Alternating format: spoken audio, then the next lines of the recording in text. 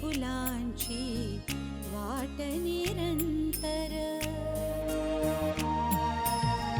तिमिर सोवा असो शिशिरही प्रीत सहाही ऋतूंचा बर प्रीत सुखाची अनवट भाषा प्रीत नसे नियतीच्या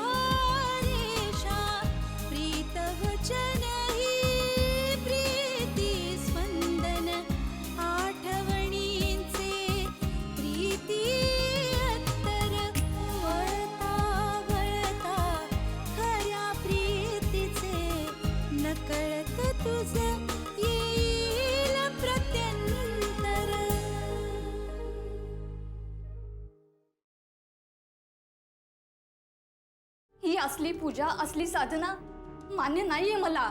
तू हिच्याकडे लक्ष देऊ नकोस रे। मी फक्त थैथयाट करून गप्प बसणार नाहीये। मग काय करणार आहेस? वेळ आलीच ना तो पोलिसात जाईल। अरे बापरे, गेट वेल सून म्हणायची गरज नाहीये, पण तरी पण असेच नीट राहा। अगदी आपली सून असल्यासारखं बोलते।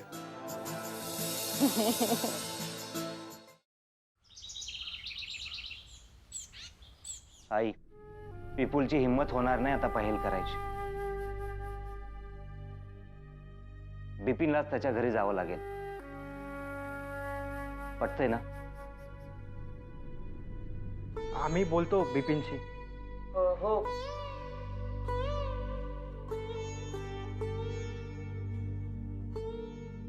सौरभ, तू विद्याला फोन लाव, मी विपुलशी बोलते।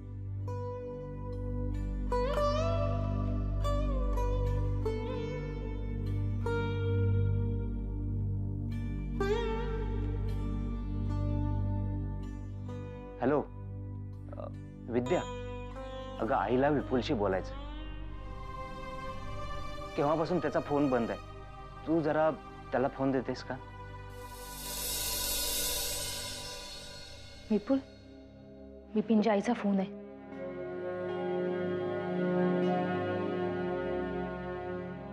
फोन घे घे।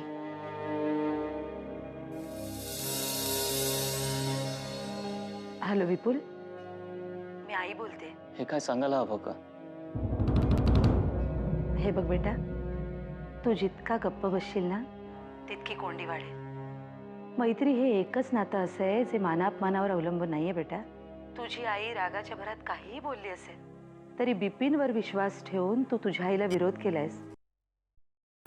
हे बघ, लवकर कपडे बदल आणि इथे निघून ये। विपुल,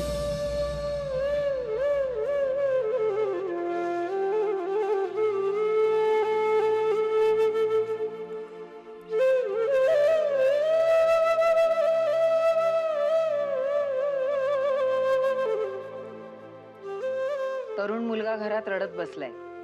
बरं वाटतं? आईच्या मनाला काय यातना होतात ना तुला नाही कळणार। त्याला काय हौस होती रडायची? तू वागलीसच तशी। बरं बाई, चुकलं माझं। रागाच्या भरात त्या बिपिनला घराबाहेर काढला, पण आता काय पायघड्या घालून बोलू का त्याला परत? काही नको, दिसतच आहे तुला किती पश्चाताप होतोय ते। मला पश्चाताप वगैरे काही झालेला नाहीये, पण वाईट मात्र नक्की वाटलंय। अरे, लहानपणापासूनचा मित्र झाला म्हणून काय प्रत्येक गोष्टीत नाक खुपसायचं? तुझ्या लग्नाचा प्रश्न होता, माझ्या आयुष्याचा प्रश्न होता। लग्न काय ग, एका दिवसाची घटना आहे, पण पुढे काय? आणि हे त्या मुलाला कळलं, पण तू सख्खी आई असून हे तुला नाही कळलं। जाऊ दे विद्या, तिला ते कळायचंही नाही। चल जाऊया आपण, त्या बिपिनच्या आईने बोलावलं असेल समजूत काढायला. एखाद्या माणसाला ना 24 तास असं गडगड गडगड वागायला कसं जमतं ना, त्याचं त्यालाच माहित. जा हो जा. आणि मी जे जेवण केलंय ना ते सगळं थापून घेते स्वतःच्या डोक्यावर. ए बाई, आता तू त्रागा करून घेऊ नकोस. मी कुठेही जात नाहीये, पण विपुल मात्र जाईल आणि त्याने जायलाच हवं. हो का? अजून काही आज्ञा असेल तर सांगा. आज्ञा नाही, विनंती आहे. यापुढे कुमुद मावशीला या घरात येऊन द्यायचं नाही, आणि माझ्यासाठी स्थळ घेऊन तर अजिबात नाही. आणि हो, तिच्या भोचक स्वभावाला धरून जर ती आली कळत तुझं येईल प्रत्यंतर.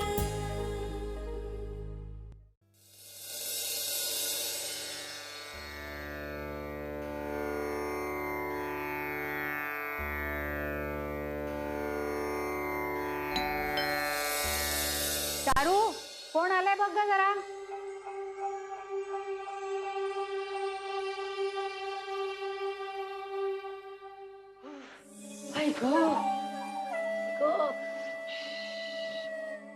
कशी आहेस ग ताई? ही बरी आहे ग. महाराजांची कृपा म्हणायची. जागा, पाणी आण.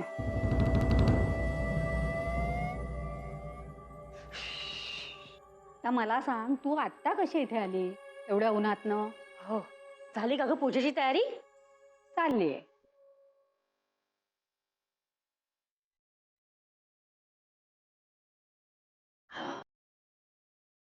आणि काय ग, तिचा चेहरा कसा उतरलाय? तिचं जाऊ दे ग. मला आता सांग की तू आत्ता कशी इथे आली? अगं, चाफ्याची फुलं आणलीत महाराजांसाठी. पुन्हा विसरले तर राहून जायचा. तुला सगळ्यांची काळजी हो बाकी. हो ग बाई. अगं, आपला हातभार जर का कुणाला लागला तर चांगलंच आहे. आणि महाराजांनी काय सांगितलंय? कुणाचं चांगलं करायला जाऊ नका, पण कुणाचं वाईट करायला तुम्ही गेलात तर तुमचे कान धरायला मी आहे महाराज.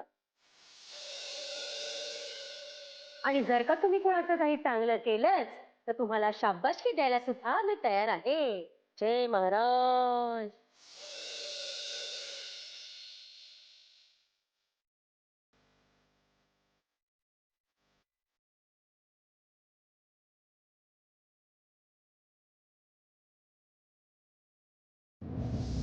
चारू, जरा हा चाफा फ्रीज मध्ये नेऊन ठेव, म्हणजे ताजा राहील. जा ठेव.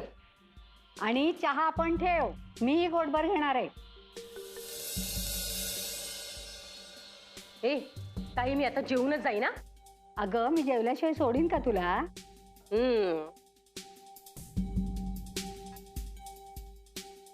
काय ग, बाई साहेबांचा मूड काही ठीक दिसत नाहीये. ते काही विचारू नकोस. पूजेला बसणार आहे नाही? या घरात राहायचं असेल तर पूजेला बसावंच लागेल. असं तू म्हणतेस, पण अवीचं काय? आयत्या वेळेला तिच्या मागे उभं राहिलं नाही म्हणजे मिळवलं. राहू देत, माझ्या पाठीशी माझे महाराज आहेत. आणि महंत मला म्हणालेच होते की तिचं दुर्दैव तिच्या आड येईल, तिला अडथळा निर्माण होईल. पण त्यावरही एक उपाय आहे. काय ग? अगं, त्यांनी विभूती दिलेली आहे. ती विभूती तिच्या कपाळाला लावली ना तर तिची बुद्धी पालटेल. हो ग बाई.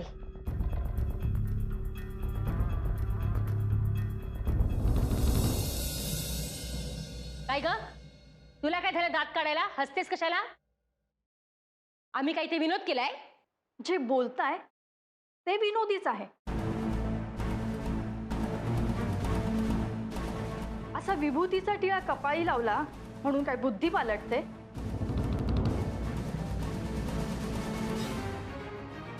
माझ्यासारखी शिकली सवरलेली बाई 7 जणांबरोबर ओल्या अंगाने पूजेला बसेल असं वाटतं तुम्हाला? तेही मध्यरात्री परक्या ठिकाणी. अगं, त्यालाच चमत्कार म्हणतात. अगं अगं, ही गुढी तुझ्या हाताला कशी लागली? अभिला सांगत होतात ना त्या विभूतीचा महिमा. हे घ्या.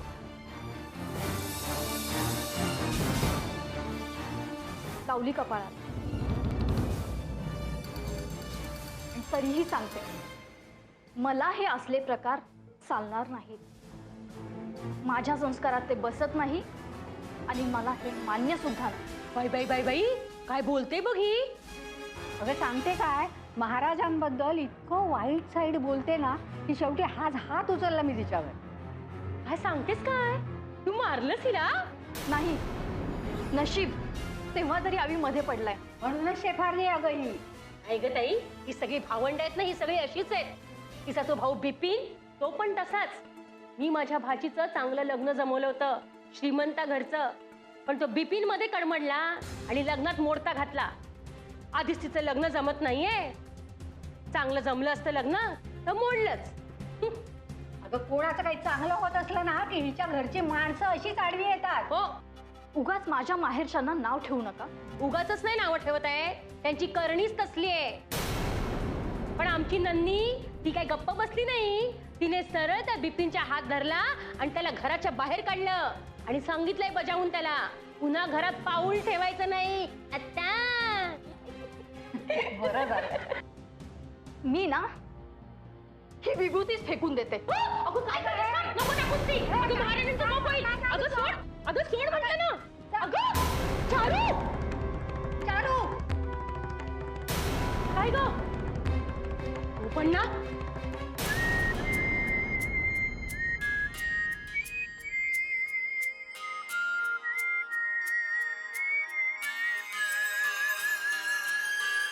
प्रीत सेक लाट अनावर प्रीत फुलांची वाट निरंतर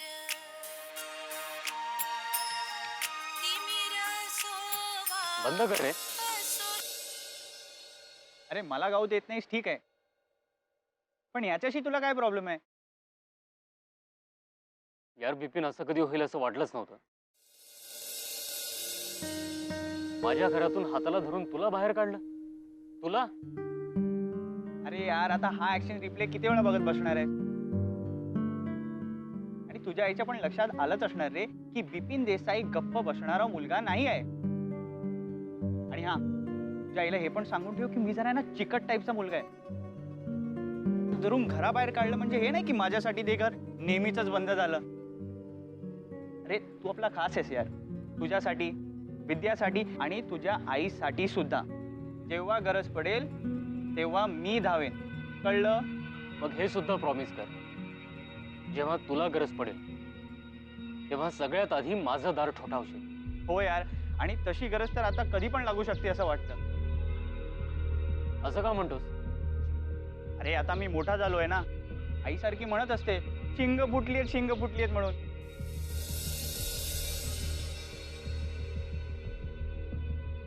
ए तुझी आई पण अशीच काहीतरी म्हणत असणार ना? नाही रे, इतका सरळ संवाद आमच्यात असतोच कधी. नाहीतरी बाबा गेल्यापासून मी आणि विद्या अगदी पोरके झालो आहोत.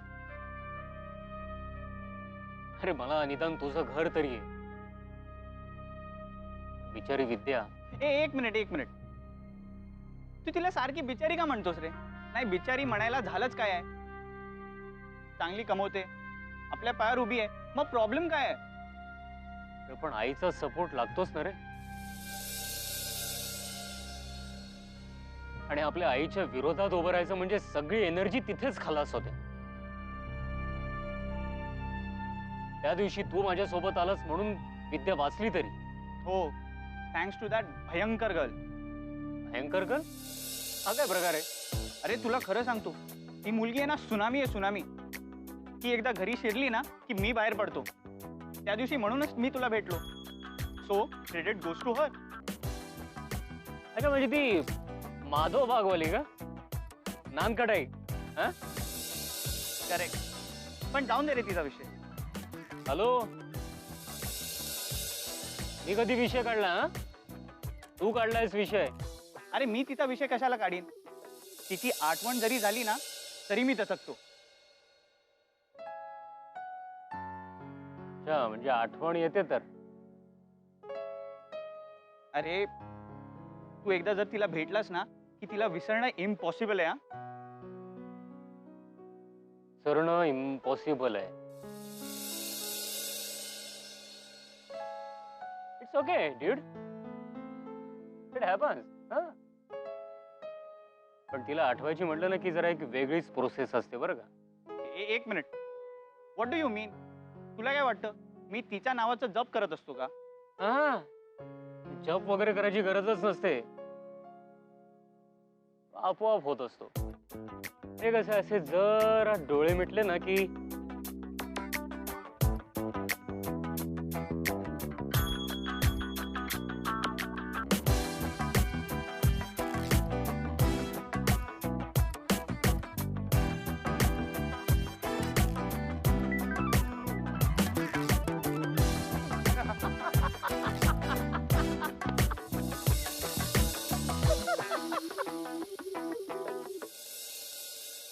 नकळत तुझं येईल प्रत्यंतर.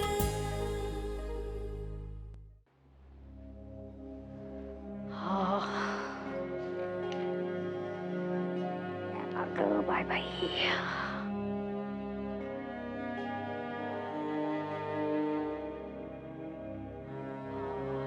काय कंबर पाठ दुखते नुसती, बापरे. आई.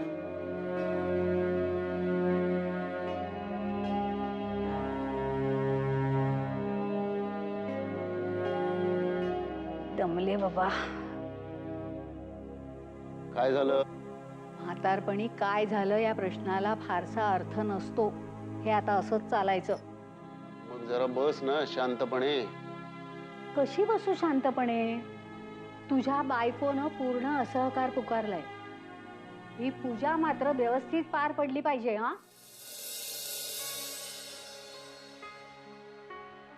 बघ आई, ती पूजेला तयार होईल असं मला नाही वाटत. आणि तू तयार आहेस? खरं सांग. गप्प बसू नकोस, खरं सांग. तू तयार आहेस? अगं पण मी नाही तरी म्हणालोय का? तुझ्या बायकोची तीच इच्छा आहे. हे सारखं सारखं तुझी बायको हे काय चाललंय का तुझं? हा, चारू नाव आहे तिचं आणि गेली 12 वर्ष आपण एकत्र राहतोय. एकत्र राहतो म्हणजे एकमत होत नाही. हे बघ आई, चारूनी फक्त या पूजेला विरोध केलाय. याच्या आधी तुझे ते उपास तपास, देवपूजा, धागे दुरे हे सगळं करते ना ती. आता तू तिची बाजू घेऊन मला समजावणार आहेस? अगं तसं नाहीये आई, पण तू तिला पण समजावून घे ना जरा. आणि हे मध्यरात्री ओल्या कपड्यांनी तुझ्या त्या महान पूजेला बसणं मलाही काही पटत नाहीये. अरे पूजेचे सुद्धा मुहूर्त असतात, पद्धती असतात. महाराजांना काय हौस आहे का सबंध रात्रभर चारूला जागरण घडवायची? अरे महाराजांची कृपा म्हणून त्याने उपाय तरी सांगितला. अरे कल्पना कर, पूजा झाल्यापासून 1 वर्षाच्या आत तुझ्या मांडीवर गोंडस गुटगुटीत बाळ खेळायला लागेल. ते तुला बाबा म्हणेल, तिला आई म्हणेल. अरे बाबा म्हणून घेण्यात सुद्धा एक वेगळीच गंमत असते. जगायला कारण मिळतं, बोलायला विषय मिळतो आणि मनापासून हसायला आनंद होतो. खरंय आई. पटते ना तुला? मग हे सगळं चारूला सांग, तुझं ऐकेल ती. हा सगळा अट्टाहास बाळासाठीच तर चाललाय. माझा काय त्यात स्वार्थ आहे? माझ्या मुलाला कोणी निपुत्रिक म्हणू नये असं वाटतंच, पण शेवटी खरं सुख तुम्हा दोघांचंच आहे. पण आई, तिला तसं वाटत नाही ना. अरे पण तू तिला पटव. तिला म्हणावं स्वतःसाठी नाही पण माझ्यासाठी, म्हणजे तुझ्यासाठी. हा, तुझं ऐकेल ती. तेवढा हक्क आहे तुझा तिच्यावर. हो नाही, वेळ फार कमी आहे. ती जर पूजेला तयार झाली तर मला मठात कळवावं लागेल. त्यांना सुद्धा पूजेची तयारी करायला हवी ना. हे बघ, या घरात बाळ रांगणं महत्वाचं. त्यासाठी जे असतील ते उपाय आपण करायला हवेत. मग ते आपल्याला पटोत किंवा न पटोत. बोलशील ना तिच्याशी? हो. देवा, पावलास रे बाबा. महाराज, अशीच सद्बुद्धी द्या.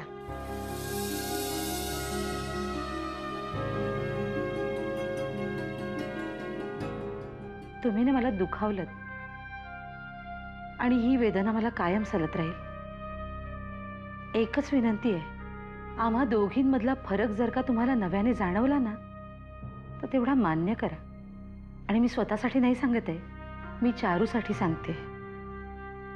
अविनाशला जाब विचारायलाच हवा, तिच्या सासूची कान उघडणी करायलाच हवी, तरच माझ्या पोरीला समाधान मिळेल आणि त्या लोकांना वचक बसेल.